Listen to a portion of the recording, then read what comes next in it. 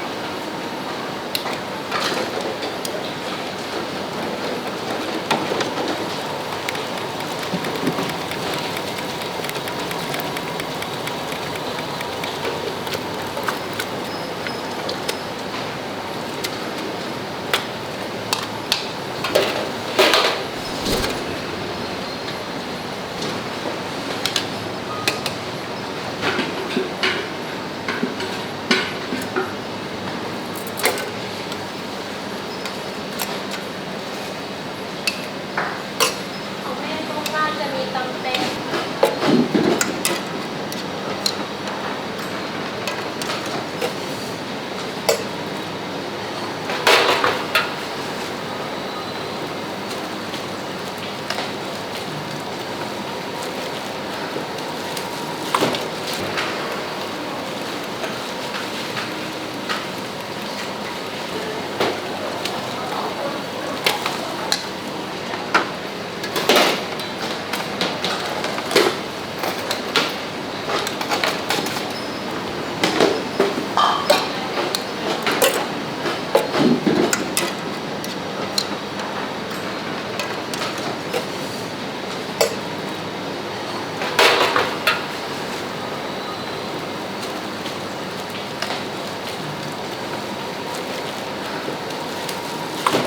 เล็กน้ำถึงค่ะอันนี้เล็กน้ำถึงโต๊ะ9จ้ะอันนี้วางโต๊ะแรกก่อนก็ได้ค่ะว่าปิดเป็ดถุงชิ้นนึง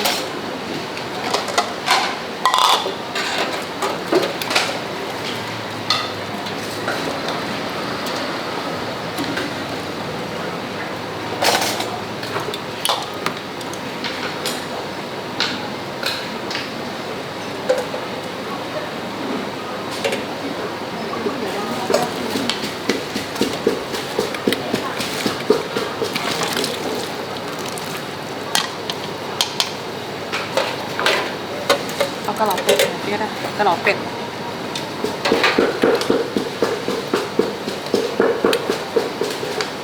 อันนี้จะเป็นปีกเป็ดตุ๋นค่ะ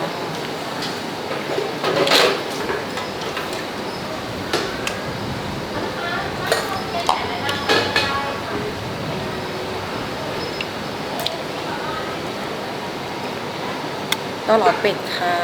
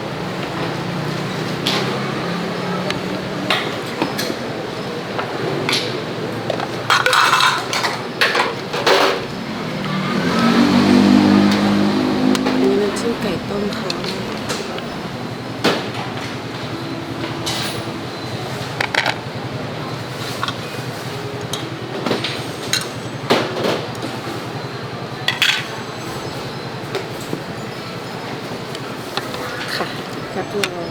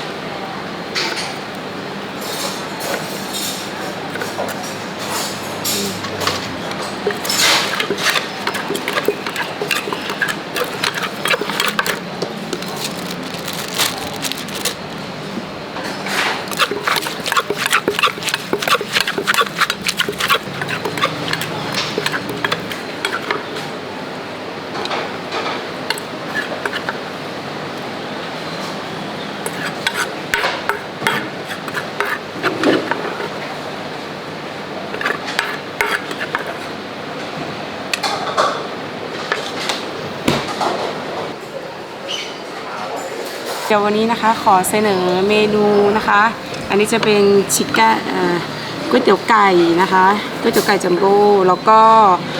ส้มตำปูปลาอันนี้ก็เป็นไก่สะเต๊ะนะคะและอันนี้ก็เป็นข้าวมันไก่รวมค่ะและส่วนทางร้านเรานะคะก็จะมีก๋วยเตี๋ยวแบบกึ่งสำเร็จรูปนะคะซองละ35 3ห่อ100สามารถสั่งได้ตามตัวแทนจำหน่ายของก๋วยเตี๋ยวเรือต่อปากทุกช่องทางนะคะหรือทางเพจก๋วยเตี๋ยวเรือต่อปากก็ได้ค่ะส่วนทางร้านของเราจะอยู่ติดกับกอไผ่ซอย10ติดกับสนามฟุตบอลนะคะขอบคุณค่ะ